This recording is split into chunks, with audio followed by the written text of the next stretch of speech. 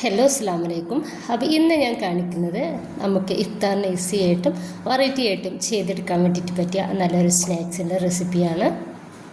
അപ്പോൾ പുറം ഭാഗം നല്ല ക്രിസ്പിയും ഉൾഭാഗം നല്ല സോഫ്റ്റ് ആയിട്ടുള്ള നല്ലൊരു സ്നാക്സാണ്. അപ്പോൾ വീഡിയോ എല്ലാവരും ഒന്ന് കണ്ടുനോക്കുക.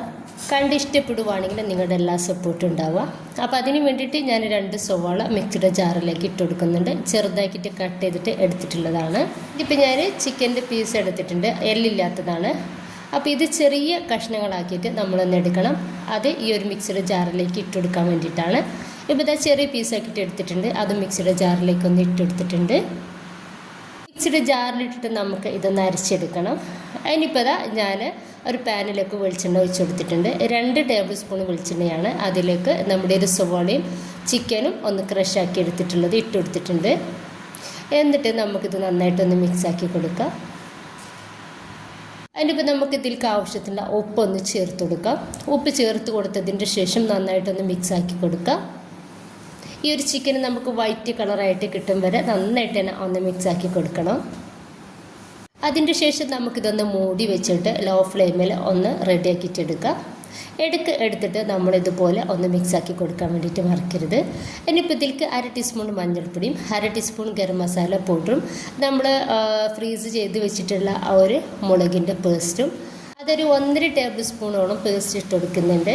ഇനിയിപ്പോൾ ഇതിലേക്ക് ഇഞ്ചി വെളുത്തുള്ളിയുടെ പേസ്റ്റും നമ്മൾ ഫ്രീസ് ചെയ്ത് വെച്ചിട്ടുണ്ടായിരുന്നു. അതിൻ്റെ വീഡിയോസൊക്കെ ഞാൻ ഇട്ടിട്ടുണ്ടായിരുന്നു കേട്ടോ.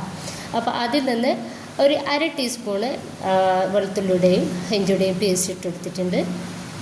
ഇനിയിപ്പോൾ നമുക്ക് ഇത് നന്നായിട്ട് ഒന്ന് മിക്സാക്കി കൊടുക്കാം. ഇത് വേഗത്തിൽ തന്നെ നമുക്ക് ആയിട്ട് കിട്ടും, കാരണം നമ്മൾ അരച്ചെടുത്തിട്ടുള്ള ചിക്കനാണ് ഇതിൽ ചേർത്തിട്ടുള്ളത്. അതുപോലെ തന്നെ ഇനിയിപ്പോൾ നമ്മൾ എന്താ പറയുക, സവാളും അതുപോലെ തന്നെ തക്കാളിയും ഇതുപോലെ പേസ്റ്റ് ആക്കിയിട്ട് ഒന്ന് സ്റ്റോർ ചെയ്ത് വെച്ചിട്ടുണ്ടായിരുന്നു. അതിൽ നിന്നും ഒരു 2 ടേബിൾ സ്പൂൺ ഇട്ട് കൊടുക്കുന്നുണ്ട്. ഇതൊക്കെ നമ്മൾ ചെയ്ത് വെക്കുകയാണെന്നുണ്ടെങ്കിൽ നമ്മുടെ സ്നാക്സ് ഈസി ആയിട്ട് തന്നെ നമുക്ക് ഉണ്ടാക്കിയിട്ട് എടുക്കാൻ വേണ്ടിയിട്ട് പറ്റും. ഈ ഒരു വീഡിയോസൊക്കെ ഞാൻ ഇട്ടിട്ടുള്ളതാണ്. ഇനിയിപ്പോൾ നമുക്കിത് നന്നായിട്ട് തന്നെ ഒന്ന് മിക്സാക്കി കൊടുക്കാം. ഇനിയിപ്പോൾ നമ്മളിതിൽ സവാളോ തക്കാളിയോ ഒന്നും ചേർക്കുന്നില്ല. ഇനിയിപ്പോൾ നന്നായിട്ടൊന്ന് മിക്സാക്കി കൊടുത്തിട്ട് ഒന്നുകൂടി ജസ്റ്റ് ഒന്ന് മൂടി വെക്കാം. ഇതിൻ്റെ ഒരു പച്ച ചുവപ്പൊന്ന് മാറി കിട്ടണം. ഏകദേശം നമ്മുടെ ചിക്കൻ ഒന്ന് വേവായിട്ടുണ്ട്. 1-2 മിനിറ്റും കൂടി നമുക്കിതൊന്ന് മൂടി വെച്ചാൽ നമ്മുടെ എല്ലാതും ഇതൊന്ന് വേവായിട്ട് കിട്ടും. അപ്പോൾ അതേ ചിക്കനൊക്കെ ഒന്ന് വേവായ സമയത്ത് ഞാൻ ഒരു 1.5 പൊട്ടോറ്റ ഒരു പൊട്ടോറ്റയും ഒരു പൊട്ടോറ്റിൻ്റെ പകുതി എടുത്തിട്ടുണ്ട്, പുഴുങ്ങിയിട്ട് റെഡിയാക്കി വെച്ചിട്ടുള്ളതാണ്. അപ്പോൾ അതൊന്ന് ഇതിലേക്ക് ഇട്ട് കൊടുത്തിട്ടുണ്ട്. ഇനിയിപ്പോൾ നന്നായിട്ട് ഒന്ന് മിക്സാക്കി കൊടുക്കുക. അതിൻ്റെ ശേഷം ഇനിയിപ്പോൾ കുറച്ച് മല്ലിയുടെ ഇല ഇതുപോലെ കട്ട് ചെയ്തിട്ട് ഇട്ട് കൊടുക്കുന്നുണ്ട്. ലാസ്റ്റ് വേണം നമ്മുടെ മല്ലിയുടെ ഇല ഇട്ട് കൊടുക്കാൻ വേണ്ടിയിട്ട്. അപ്പോൾ ഇത്രയേ ഉള്ളൂ, നമ്മുടെ ഫില്ലിങ് റെഡി ആയിട്ടുണ്ട്. ഇനിയിപ്പോൾ നമുക്ക് ഇതൊന്ന് ചൂടാറാൻ വേണ്ടിയിട്ട് മാറ്റി വെക്കാം.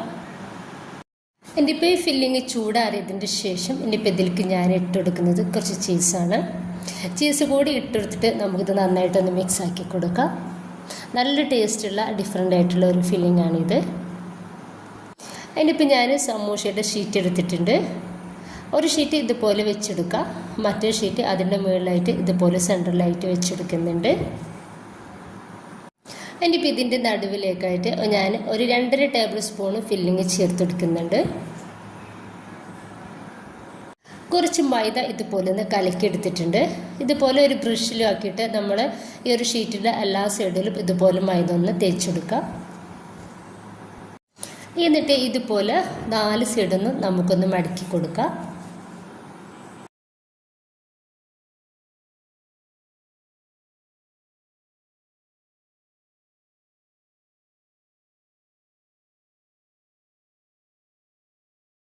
അപ്പോൾ ഇതാ ഇതുപോലെ ഒന്ന് റെഡിയാക്കിയിട്ട് എടുത്തിട്ടുണ്ട്.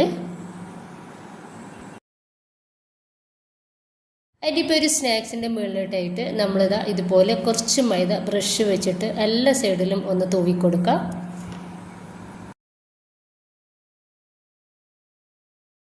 ഇനിയിപ്പോൾ ഞാൻ കുറച്ച് ബ്രെഡ് ക്രംസ് എടുത്തിട്ടുണ്ട്. അപ്പോൾ ഇത് ഫ്രീസറിൽ കുറച്ച് നേരം വെച്ചിട്ടുണ്ടായിരുന്നു കേട്ടോ. പൊടിച്ചെടുത്തതിൻ്റെ ശേഷം അങ്ങനെ ഫ്രീസറിൽ വെച്ചതിൻ്റെ ശേഷം നമ്മൾ ഇതുപോലെ റെഡിയാക്കിയിട്ട് എടുക്കുകയാണെന്നുണ്ടെങ്കിൽ നമ്മൾ കയ്യിൽ വല്ലാണ്ട് ഒട്ടിപ്പിടിക്കാത്ത രീതിയിൽ തന്നെ നമുക്കിത് റെഡിയാക്കിയിട്ട് എടുക്കാൻ വേണ്ടിയിട്ട് പറ്റും. നല്ല പെർഫെക്റ്റ് ആയിട്ട് തന്നെ നമുക്കൊരു സ്നാക്സും ഈ ഒരു ബ്രെഡ് ക്രംസ് ശരിയായിട്ട് കിട്ടും കേട്ടോ. ഇനിയിപ്പോൾ ഇത് ഞാൻ ഇതുപോലെ ഒന്ന് റെഡിയാക്കിയിട്ട് എടുത്തിട്ടുണ്ട്. ബാക്കി മുഴുവൻ സ്നാക്സും നമ്മളിതുപോലെ ഒന്ന് റെഡിയാക്കിയിട്ടെടുക്കാം. അപ്പോൾ മുഴുവനായിട്ട് തന്നെ ഞാൻ സ്നാക്സ് ഒന്ന് റെഡിയാക്കിയിട്ട് എടുത്തിട്ടുണ്ട്. ഒരു 10 മിനിറ്റ് ഞാനത് ഫ്രീസറിലേക്ക് ഒന്ന് മാറ്റി കൊടുക്കുകയാണ്. ഇത് ഫ്രീസറിലേക്ക് മാറ്റാൻ എന്തിനാണെന്ന് വെച്ചാൽ നമ്മളിത് സ്നാക്സ് ഒന്ന് ഫ്രൈ ആക്കിയിട്ട് എടുക്കുന്ന സമയത്ത് നമുക്കിത് എണ്ണയിൽ കൂടുതലായിട്ട് വീഴാണ്ട് എടുക്കാൻ വേണ്ടിയിട്ട് പറ്റും കേട്ടോ. 10 മിനിറ്റിന് ശേഷം ഞാനൊന്ന് എടുത്തിട്ടുണ്ട്. അപ്പോൾ ഓരോന്നായിട്ട് എണ്ണയിലേക്ക് ഇട്ടെടുക്കുകയാണ്. നമ്മൾ സ്നാക്സൊക്കെ റെഡി ആക്കിയിട്ട് എടുക്കുന്ന സമയത്ത് നമ്മൾ തീ മീഡിയം ഫ്ലെയിമിലേക്ക് ഇട്ടിട്ട് വേണം ഒന്ന് ഫ്രൈ ആക്കിയിട്ട് എടുക്കാൻ വേണ്ടിയിട്ട്. ലോ ഫ്ലെയിമിൽ ഇട്ടരുത്, കാരണം നന്നായിട്ട് എണ്ണ കുടിക്കും നമ്മുടെ ഒരു സ്നാക്സ്. ഹൈ ഫ്ലെയിമിൽ ഇടുകയാണെന്നുണ്ടെങ്കിൽ വേഗത്തിൽ കരിഞ്ഞു പോവുകയും ചെയ്യും. ഇനിയിപ്പോൾ തിരിച്ചും മറിച്ചും ഇട്ടിട്ട് നമുക്ക് ഇതൊന്ന് റെഡി ആക്കിയിട്ട് എടുക്കാം. ഇപ്പോൾ നമ്മുടെ സ്നാക്സ് ഒന്ന് റെഡി ആയിട്ടുണ്ട്.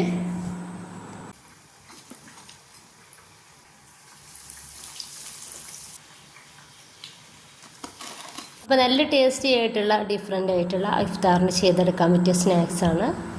ഓക്കെ, ഇൻഷാ അല്ലാ, ബൈ.